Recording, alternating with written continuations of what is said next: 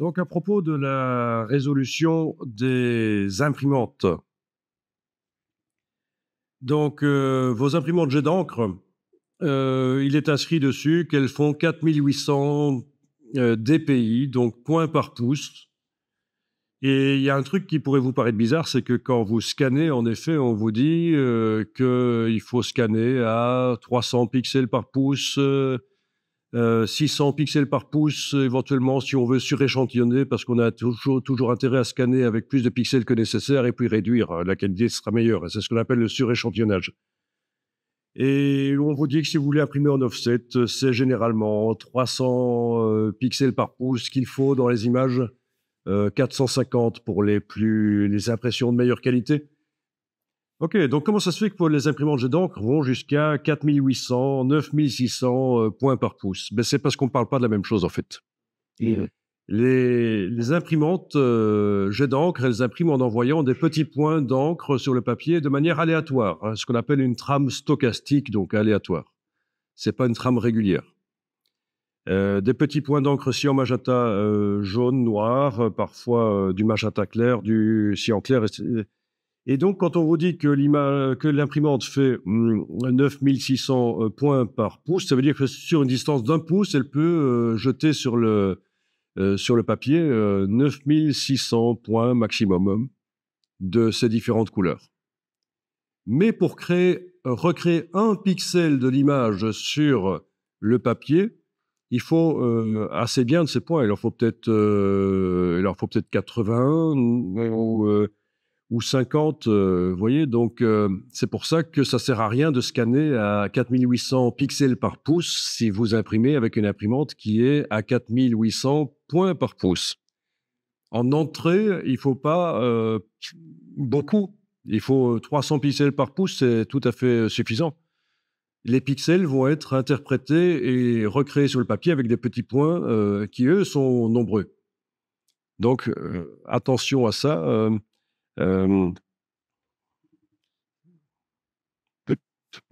Donc, voilà. Ok, donc voilà quelques images des points d'une imprimante. Donc, ça ne suit pas une trame régulière, c'est aléatoire. Ok?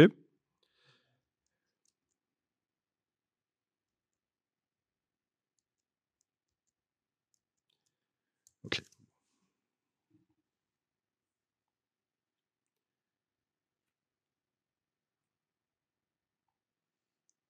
Alors, les scanners sont capables de scanner à plus que 300 pixels par pouce, évidemment.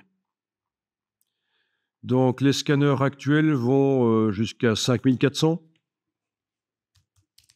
Les scanners moyen de gamme.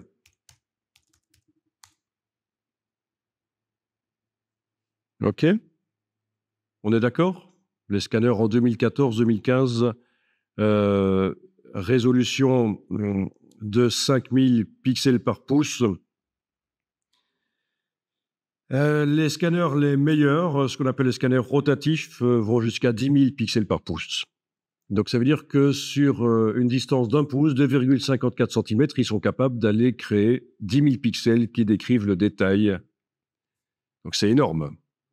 Déjà, 5400 pixels par pouce, c'est assez énorme. Si je prends ma petite calculette, ça veut dire que sur une surface d'1 pouce, quand on scanne à du 5400 pixels par pouce, on est avec un nombre de 5400 fois 5400, ça nous fait quand même 29 millions de pixels qui sont créés au départ de l'original, sur 1 pouce carré de l'original que vous soumettez au scanner, 29 millions de pixels sont générés. C'est énorme. Donc ça va vous faire des fichiers extrêmement volumineux. Mais si vous voulez agrandir l'image numérique et l'imprimer en grand, il faut aller chercher un maximum. Il y a une autre raison pour laquelle on pourrait scanner avec plus que nécessaire, c'est également pour faire du suréchantillonnage. Ça, je vous en ai parlé. Le suréchantillonnage, c'est travailler des images avec plus de pixels que nécessaire au final. Et au final, vous réduisez la taille de l'image. On vous a déjà parlé de ça, du suréchantillonnage?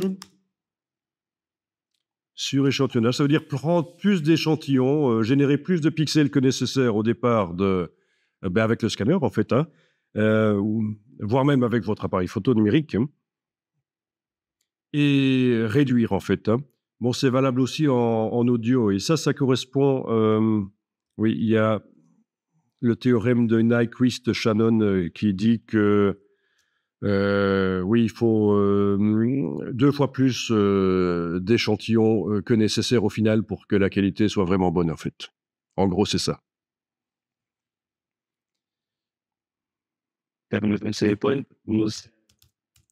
Alors, mais c'est pas si évident que ça. Si vous scannez un original et que vous voulez le reproduire à la même dimension,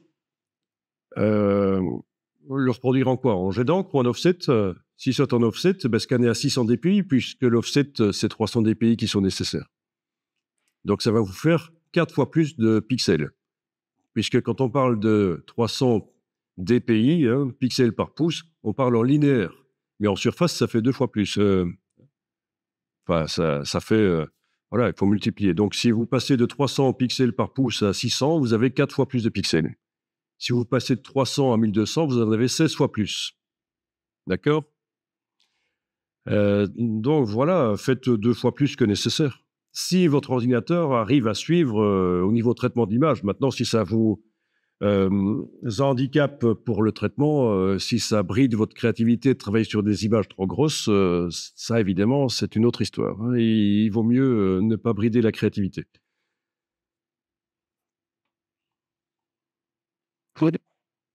Donc le suréchantillonnage.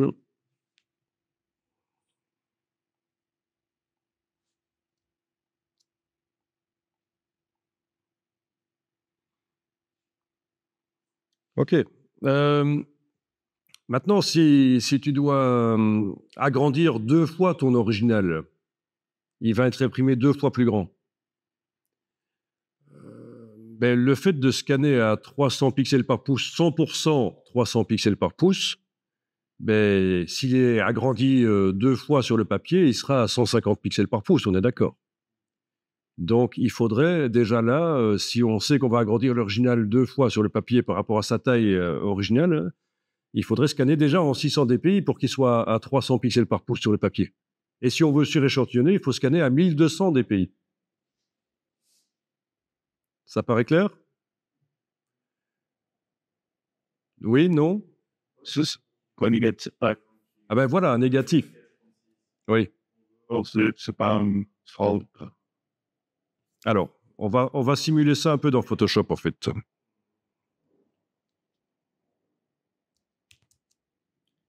Vu que j'ai pas de scanner connecté ici, je vais faire ça dans Photoshop avec le moteur de... Ici, création de nouveaux documents éventuellement. Voilà.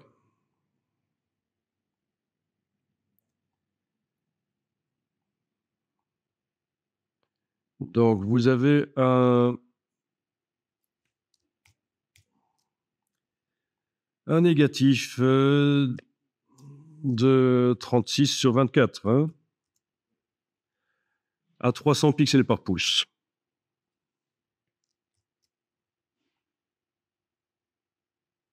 Le voilà.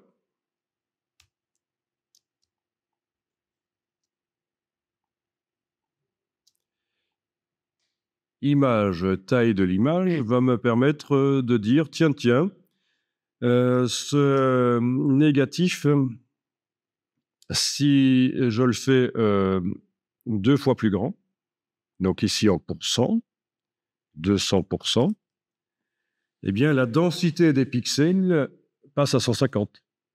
Si je l'imprime 4 fois plus grand, je suis à 75 pixels par pouce. Donc c'est vraiment misérable en fait. Hein. OK.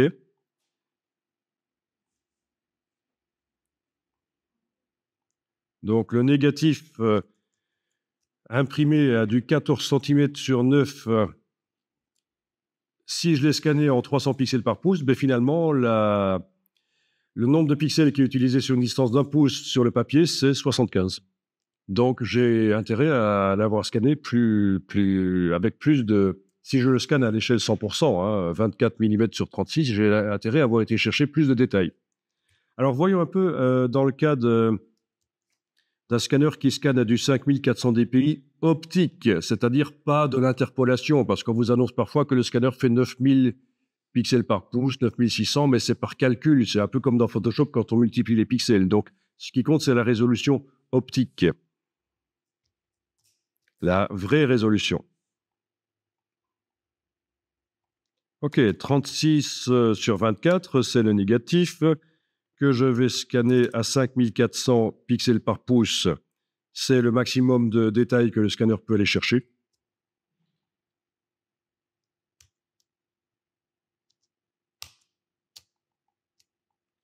OK. Image, taille de l'image pour simuler un peu ça. Dans la boîte ici de image taille de l'image, j'ai décoché ceci, hein, parce que le nombre de pixels, je ne vais pas le changer ici. Hein, c'est juste le nombre de pixels doit rester le même. Voilà le nombre de pixels qu'un scan à 5400 pixels par pouce a généré en largeur-hauteur sur un négatif de 24-36. Bon, ce négatif, je vais l'imprimer, ben on me dit quelle taille. Je vais l'imprimer sur un format 60 cm de largeur. Je suis à 324 pixels par pouce. C'est encore supérieur à ce qui est nécessaire pour imprimer un offset. Je veux l'imprimer en 80 pixels 80 cm, je veux dire 80 cm, je suis à 243. C'est encore acceptable pour un imprimeur. Une résolution de 243 pixels par pouce pour une photo, ça va.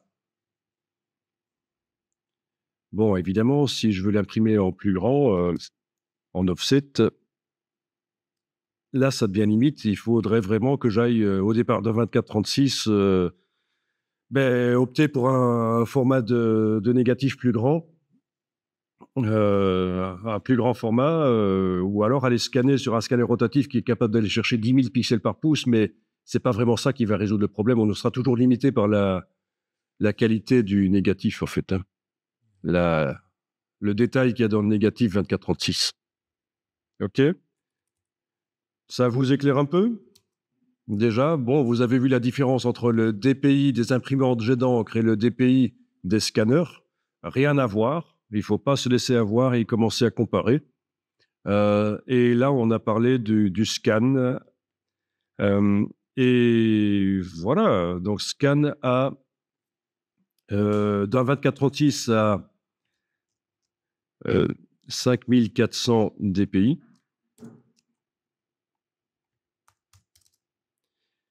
Un 24-36 à 5400 dpi, c'est 7600 pixels sur 5100 et taille du fichier 111 mégas. OK?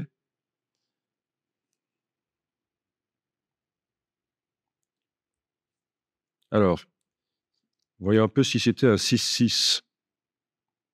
Vous faites du format plus grand? Oui? Vous avez les appareils ici, on vous les prête ou... OK.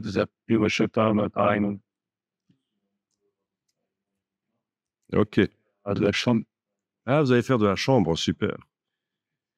Voilà, 6 cm sur 6 à 5400 pixels par pouce, 465 mégas, le fichier. Donc, il y a intérêt à avoir une carte graphique qui vient en renfort de Photoshop. Hein. Donc, les processeurs de la carte graphique vont pouvoir venir en renfort de Photoshop parce que ça vous fait quand même une image de 12 000 pixels sur 12 000 en fait. Hein. 465 mégas.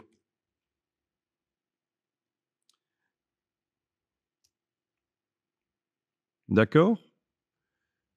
Quand vous scannez, on vous a déjà parlé de scanner en 16 bits au lieu de 8. Bon, ça c'est pour avoir, pour chacune des couches, 32 000 nuances. Pour chacun des canaux rouge, vert, bleu, 32 000 nuances de intensité lumineuse, en fait. au lieu de 256. Et au niveau du rendu des dégradés, ça forge tout, en fait. Surtout si vous retouchez vos photos, parce que, voilà, le fait de retoucher la photo scannée va faire ressortir les défauts, s'il y en a. Et scanner à du 8 bits par pixel, ça fait donc pour chacune des couches seulement 256 niveaux de luminosité et c'est faible.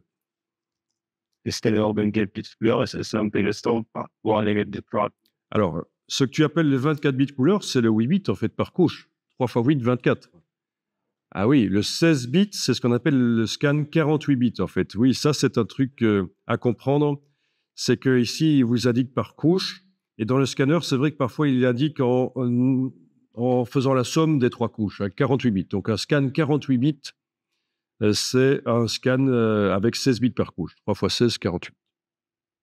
Et un scan 24 bits, c'est un scan comme on le fait depuis 20 ans. C'est un scan en 16 millions de couleurs seulement. 16 millions de nuances. Quand on combine 256 x 256 x 256, ça fait 16 millions de possibilités au niveau des nuances. Et c'est un peu faiblard à notre époque quand on veut retoucher les photos. OK. Et donc, je voulais vous montrer que si on scanne en 16 bits par couche, notre image est le double de taille, en fait. On est avec un fichier de 930 mégas, du coup, pour un format 6.6, à 5400 pixels par pouce. D'accord? Vous avez parfois des images qui sont à plus que 16 bits par couche, ces images 32 bits, mais ce sont typiquement des images générées par des logiciels 3D. Ou alors, des images photos que vous avez obtenues, des photos que vous avez obtenues en combinant plusieurs photos. Vous connaissez la fusion HDR, le HDR? Ben oui, le HDR, vous pouvez, avec Photoshop ou d'autres logiciels, combiner plusieurs photos qui ont été prises à différentes intensités lumineuses, en gros, hein, et créer des images 32 bits. Donc là, ça va encore doubler une fois. On est à 1 giga 82 pour un format 6.6 à 5400 pixels par pouce. Mais c'est pas au moment où on scanne ça, hein. On ne fait pas du HDR avec des images scannées. On va le faire avec des images numériques, en fait. Et donc, on va réfléchir en termes de pixels. Donc, vous avez un capteur 12 mégapixels, par exemple. Ça vous fait 4000 en largeur, 3000 en hauteur. Pixels, on a dit. Voilà, je me mets en pixels au lieu de centimètres, ce sera mieux. Parce que là, j'avais dépassé la limite possible de Photoshop qui est fixée à 300 000 pixels de largeur des images. Vous saviez pas ça? Les limites de Photoshop. Bon, OK. Donc, je disais, une image de 4000 pixels sur 3000, ça, c'est ce que votre appareil photo numérique vous produit éventuellement. Donc, une image 12 mégapixels. Quand on multiplie 3000 par 4000, ça fait 12 millions. C'est donc un capteur 12 mégapixels. La résolution, à ce moment-là, on ne s'en occupe pas. Ce qui compte, c'est la définition. Donc, la résolution, je peux indiquer ce que je veux ici. 1, 300, 500. Vous voyez que la taille de l'image en bas à droite reste toujours à 34,3 mégas. Hein. Donc, vous avez compris ça. La résolution, c'est surtout quand on veut imprimer que ça a de l'importance.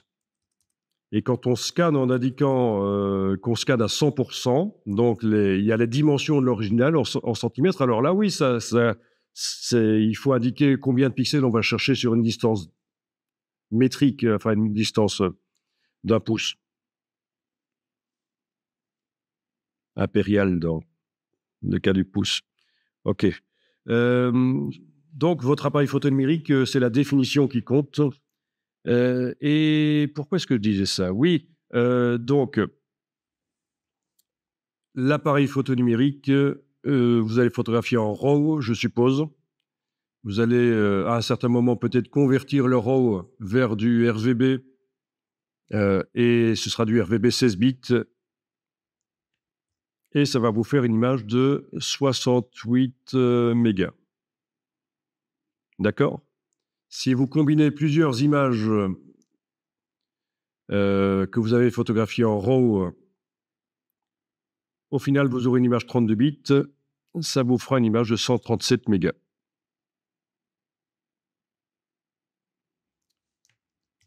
Vous avez déjà vous avez déjà fait ça, la fusion HDR du HDR? Oui, avec au niveau de l'appareil. Hein? Le résultat? Ah oui, le résultat, ça a souvent un côté un peu naturel, en fait, hein. Donc tout l'art, c'est de l'utiliser pour essayer d'obtenir quelque chose qui a l'air naturel. On est allé chercher du détail dans les parties foncées, dans les parties claires et malgré tout, ça ne ressemble pas à une peinture à l'huile ou un truc bizarre. Et donc pour faire du HDR, vous mettez l'appareil sur un pied pour bien faire et vous faites plusieurs photos, 3, 5, 7, avec différentes luminosités sur la photo numérique. Et vous faites varier l'intensité lumineuse comment? Au moment de la prise de vue. Oui, le bracketing, d'accord. Bah oui, quand vous appuyez sur un bouton, ça le fait tout seul, quoi. Ça fait les 3, 5 ou 7 photos à la suite.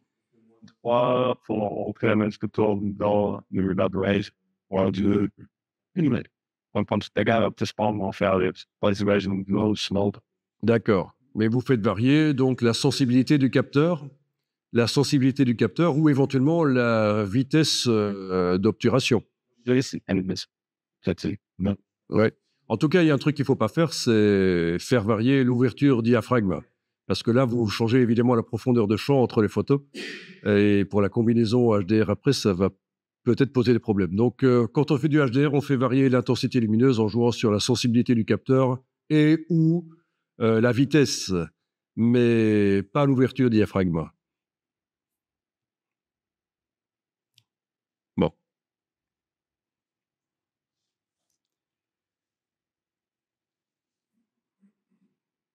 Pas de questions?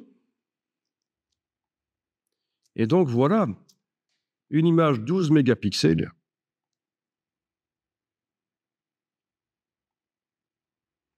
Une image 12 mégapixels, je vais la mettre à 300 pixels par pouce. À quelle dimension pourra-t-elle être imprimée à 300 pixels par pouce? 33 sur 25 cm. À 300 pixels par pouce. Ça, c'est pour l'impression offset en général, hein. C'est vraiment la valeur médiane. Maintenant, si vous imprimez en jet d'encre, 150 pixels par pouce, c'est suffisant. Donc, en jet d'encre, on pourra monter sur une impression jusqu'à 67 sur 50 cm avec votre image 12 mégapixels. En gardant une qualité valable.